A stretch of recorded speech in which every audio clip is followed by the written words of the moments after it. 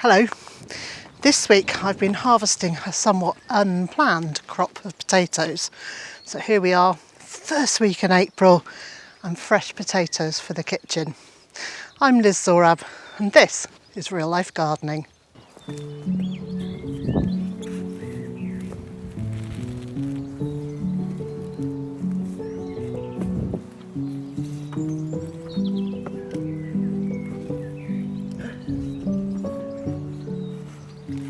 Spring. This season brings a mixture of clear, bright days followed by bitterly cold nights and blustery, rainy periods that batter the fresh growth in the garden. The wind seems relentless in its pursuit of flattening everything in its path as temperatures climb and plummet in equal measures. Over the last 4 or 5 decades, I've seen changes in the weather patterns, changes that were predicted by scientists. In the temperate climate of Wales, 52 degrees north, the weather seems wetter for longer and storms harsher, more violent and capable of doing more structural damage than before. The way in which we garden has had to adapt in response to the shift in weather patterns. As the number of daylight hours increases, so does my enthusiasm for being outside and for beginning the process of sowing seeds of annual vegetables. Spring flowers bring a welcome splash of colour in the garden and small green buds appear on the early flowering trees. The transformation of the landscape begins, and once again my focus moves from the ground to eye level and above. In the vegetable garden, this is a busy period of sowing seeds, potting on, planting out, watering and caring for young plants, and it's a time filled with hope for a productive and abundant harvest in the months ahead. Can I ask a favour? If you're enjoying this video, please give it a thumbs up or leave a comment or both. And if you haven't done so already, don't forget to subscribe to the channel. And if you want to help even more at the end of this video, please go and watch another of my videos because that tells YouTube you're really enjoying my channel. Thanks very much.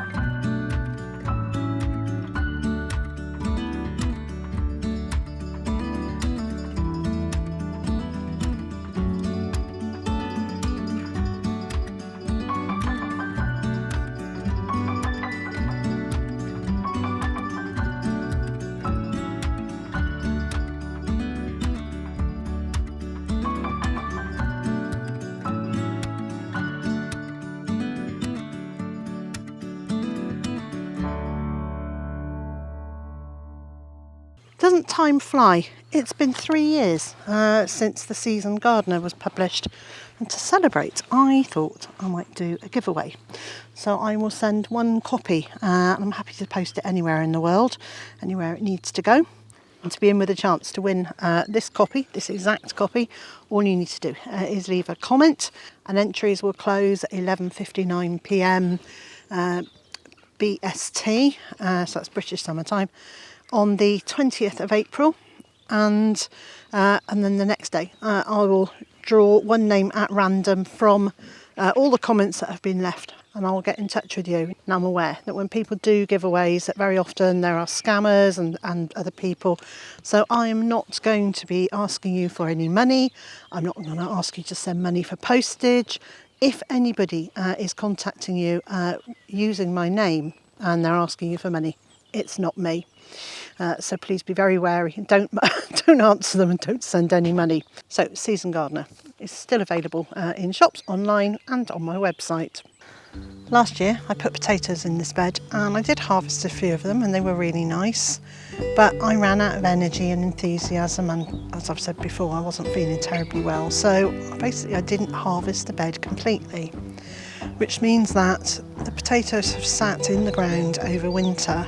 It's a raised bed, so those potatoes were lifted very slightly out of the volume of water that we've had over the winter, but they were kept moist enough to keep them going, and now there is a huge harvest to be had, but a lot of them have started regrowing.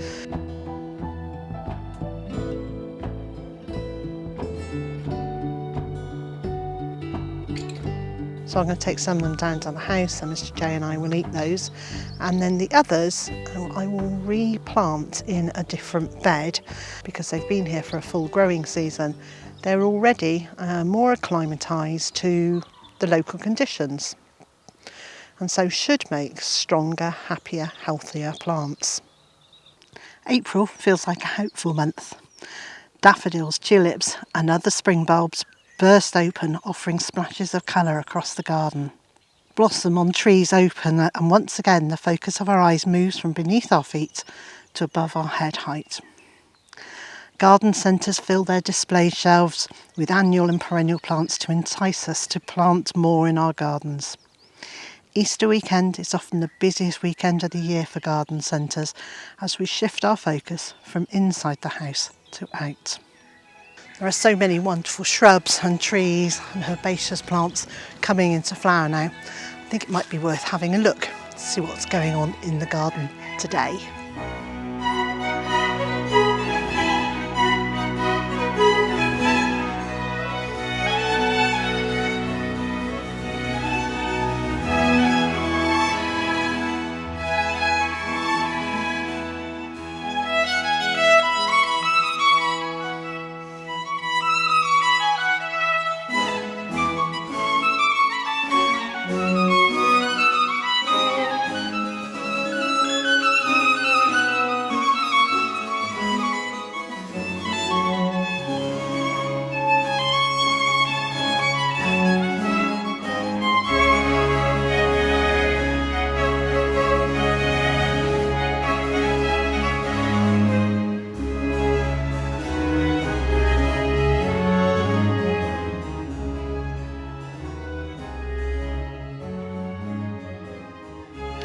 In mid-spring, the weather fluctuates between windy and wet, stormy days and dry, clear days that are followed by a frosty night. It's a month of activity in the greenhouse and polytunnel or on the kitchen windowsill as I sow annual vegetables and flowers for the season ahead. I also think of it as a restless, frustrating month, as the weather is not usually kind enough to direct sow into the soil or to plant out many seedlings in open ground. I also thought I'd give you an update on the first bed, bed 16. So this is the one that I cleared 2 weeks ago, and I sowed 2 rows of seeds, one of red Russian kale and one of a mustard called Ruby Streaks. And I'm delighted because when I came and looked yesterday, seedlings are up of both of these. The red Russian kale has got little green leaves, the Ruby Streaks has got these purple leaves. This feels like spring is happening. If you grow under cover, there's a daily ritual of checking temperatures and deciding whether you need to open and close doors and windows to keep the temperature from becoming so high that they cook young plants, or so low that they get frostburn. During April and May, I feel gardening becomes an art form of delicately balanced judgment and action. Although there's plenty to sow this month, it's also a good time to finish projects like making raised beds and mending fences. But it is worth remembering that the local wildlife is in full-on spring mode and will be active in your garden though much of it may be hidden from sight. Native birds are nesting in trees, and migrating birds start arriving from the south to spend their summer in the cooler climate offered by these islands. Spawn into ponds turns to tadpoles, and everywhere around us a new life cycle is taking shape.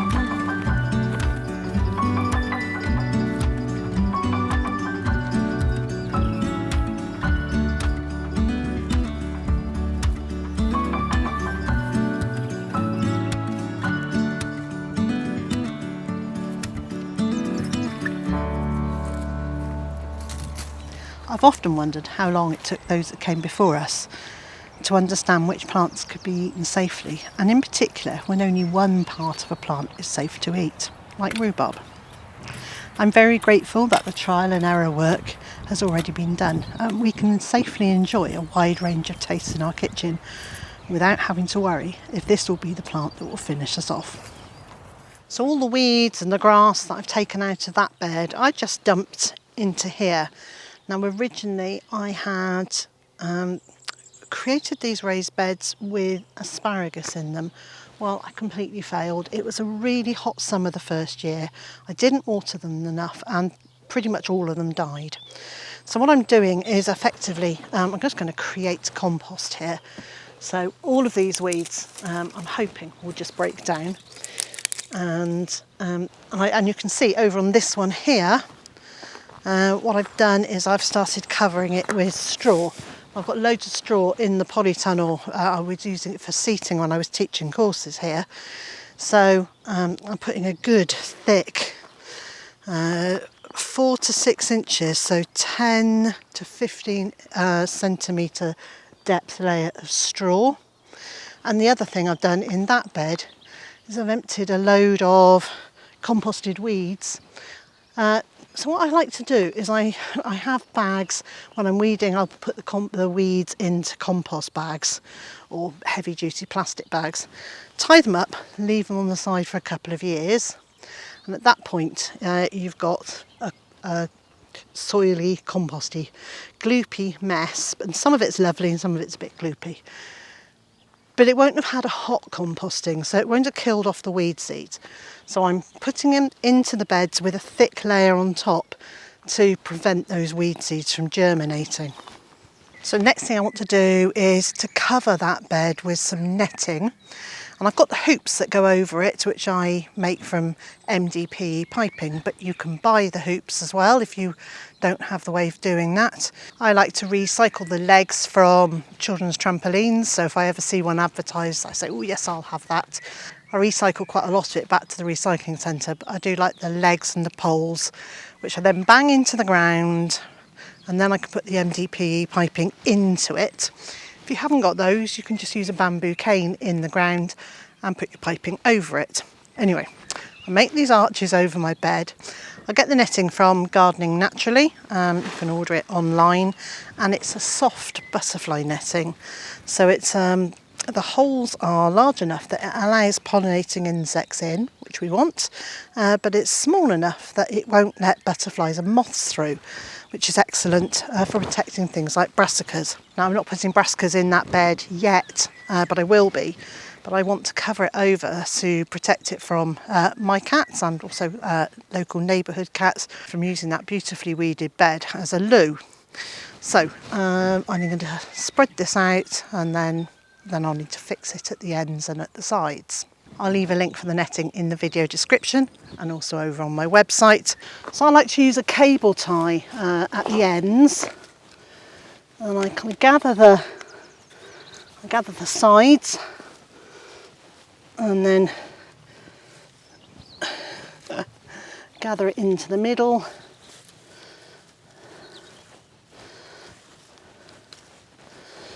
and I use a cable tie. Now I put it on so that I can still actually move the netting around if I need to start with. So it's on, but there is some room to manoeuvre. And then I make sure that I've got that kind of evenly spaced netting. Here's my bit of wood to keep it down on that side.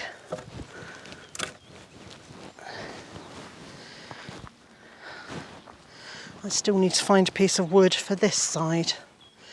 And the other thing I need to do is pin this down into the ground. Because I can't find my usual U-shaped pegs, I'm just going to use this for now. So this is the one that I was using last week with a bit of string on it to mark out where my rows are going to be. So let's put that there. And the reason that I want to fix that down is so that I can do the other end. While I was looking for the pegs, I found my hand fork, which has been missing for months. So I'm very pleased about that.